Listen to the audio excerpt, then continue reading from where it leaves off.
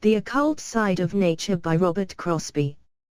The word nature used in its widest sense, as when we speak of great nature, or Mother Nature, means the whole of the outside, all that is external to us, the trees, the open places, and the world of men. We do not, in fact, know what that nature is, because it presents to us something external to our perceptions. We speak of the laws of nature, seeing that nature always acts in an orderly way, without in fact knowing at all what those laws spring from nor what they rest in. Yet nature cannot exist of itself, by itself, and come from nothing. It must come from a sufficient cause. There must of necessity be an occult side to nature. The sufficient cause in reality lies upon those planes which are invisible to us, but constitute a part of nature. The invisible side is the producing side, the causal side, of what we see. All the laws noted on the visible side are really existent in and proceed from the invisible side of nature. First, then, let us try to understand what composes the basis of nature, what lies behind it all. Certainly not a creator, by whose whim or command all beings and things in nature exist and move about in their established places. That in which lie all powers, all possibilities, all infinitude, is greater than any being, however high. It is an impersonal deity. Call the divine in all of us spirit, if you will, the self, or God, if you do not personify or limit or define it. This one spirit is not divided, though it seems to be divided in all creatures, just as the sun's rays are merely the sun extended. They do not dissipate when the sun disappears from our view, but I draw to the source from which they came. That which lives and thinks and perceives in each of us, and that which suffers and enjoys in each of us, is spirit. All anyone can know of the highest, of God, is what he knows in himself, through himself, and by himself. No outside information can bring us that perception, but only the indrawing into the very essence of our being, the center, the same center as the great center whence it sprang.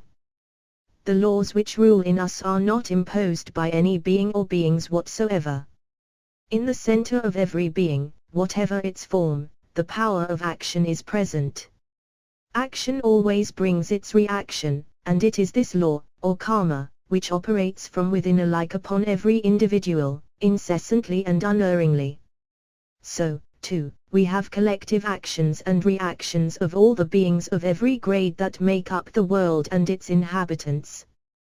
These collective actions make what we regard as the laws of the various elements and kingdoms, but they are contained in and subservient to that one universal law of karma, which is ethically stated as sowing and reaping. Law rules all the time from the very first beginning in the finest radiant matter. That matter was builded by beings of all grades of every kind, beings of a world which preceded this, where they had their course of evolution and from which they were indrawn again to the center of the self. Then came the dawning of another great day of manifestation, and all those beings were there with all the potencies, the ideas, and all their past experience, once more to go forth and carry on the work which they had started. It is the action and reaction by different classes of beings which causes a change and concretion in primordial substance, and this goes on from stage to stage down through 7 steps of the stairway of matter. On each plane the beings clothed themselves in the substance of that plane, and we are the beings who have come down through all those stages. There is, then, hidden within us a nature, and natures, which we have not suspected. There is something within us which is not clear to us with our present modes of perception. Yet these invisible natures are ours, they are not apart from us, we have not left them anywhere on the stairway of the 7 worlds. This outside nature which we all perceive through the body and with the physical senses is only the external envelope of states and stages of consciousness hidden to the generality of mankind. There is an occult side not only to our own nature but to the nature of all beings, as should always have been apparent to us, If we had been observant, had we thought for ourselves, had we not taken for granted what others have handed down to us as religion or revelation. For there are stages in our very daily lives which are hidden from us. While we are awake, we operate through the body, then we sleep, we do not operate through the body, and that side of our nature is hidden to most people. They may know they dream, but they think the dreaming has no relation to the lines under which they operate when awake. They do not understand that dreaming is a transitional stage which precedes the reaching into our own spiritual nature and also precedes the return into operation of the body again. Usually, the dreaming state is a repetition of the scenes or experiences of daily life, but sometimes things come to us in dream that are far, far away and apart from any experience in this body. Oftentimes, the dreams which occur upon waking bring an influx from our inmost self, they bring down with us some of the experiences of a vast past. We have premonitions. We have presentiments. We have sometimes what are called minor initiations occurring in dreams.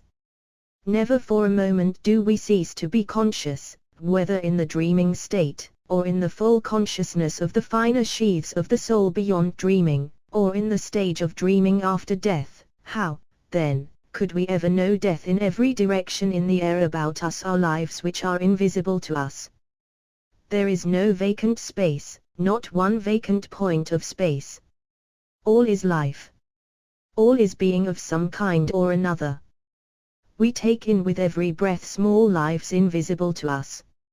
All these lives are classes of beings which have their own laws, laws which pertain to their own actions and reactions in kind.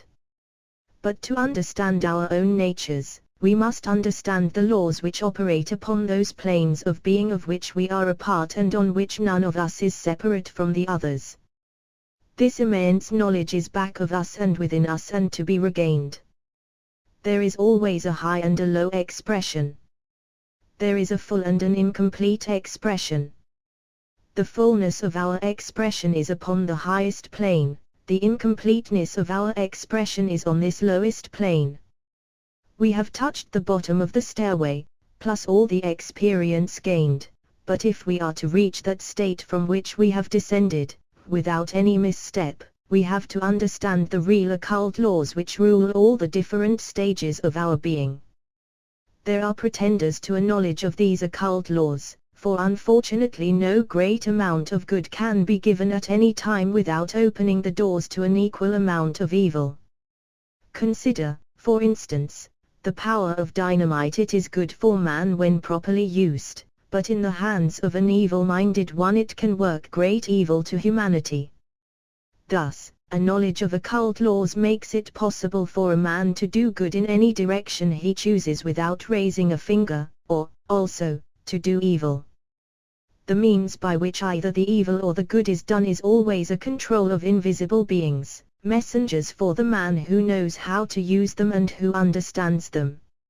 All he has to do is to lose that power within himself which propels those beings to execute his mission, whatever it may be.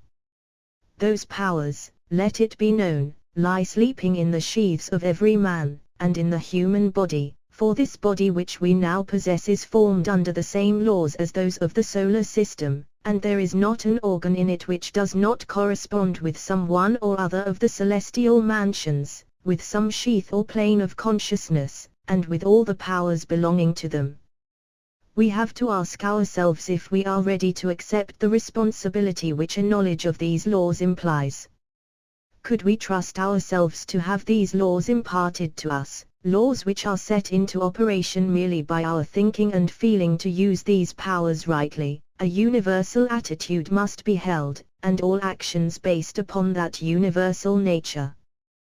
The philosophy of Theosophy presents that universal attitude and basis, showing that each one is the self, each one looks upon all others and gathers from all others what he may of understanding and of knowledge, each one must act for that self and as that self, which includes all other selves.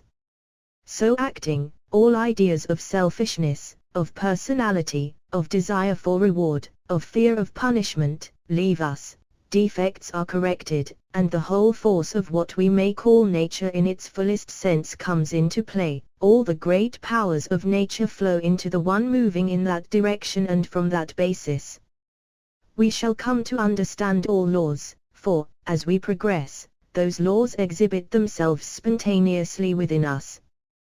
We find in our possession the power to accomplish by thought, the power to do this or that at a distance, the power to speak at a distance, to be heard at a distance, to be seen at a distance, to know anything at a distance. There is nothing hidden for the one who works on and with nature, with the interests of all. He has the force of all. The powers that were used by Jesus, as recorded in the New Testament, and those of some of the older prophets as recorded in the Old Testament, were not God-given powers. They came from a knowledge of the occult laws, the hidden laws of so-called nature. The miracles of Jesus, transforming water into wine, raising the dead, operating where his body was not, were all part of his occult knowledge. Everyone who moves along that universal line learns the operation of these laws. HPB and WQJ did as wonderful things, and even more wonderful things than were ever recorded of Jesus. They knew the occult laws of nature. They knew the workings of occult law in themselves and therefore in all other natures. These powers are latent in every human being, not peculiar to some great ones. HPB and WQJ knew the story of give up thy life, if thou wouldst live. If we would live the life of a spiritual being, then all these sheaths of ours, this body and all, would be at our service. Possessing everything, we would want nothing. We should be able to do anything, but we would use no powers for ourselves.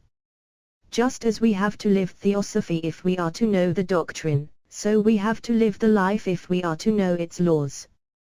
The minor laws by which phenomena are produced on this plane are a small part of occult study in its universal aspect.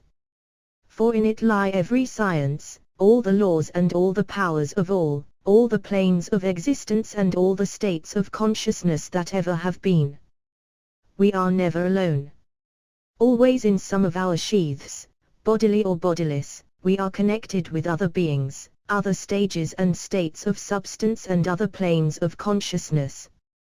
Never can we be lost in that sense. But we may suffer, and suffer immensely, through making a mistake in regard to our own natures and acting with the power of our spiritual nature along false lines, creating, as the ancients said, the black doves of death and sorrow. It is for us to arouse ourselves to take the path pointed out, to test it for ourselves. Then, only, will each one know the truth about himself and about all other beings, then, only, will he gain what we all seek, the power to be a beneficent force in nature.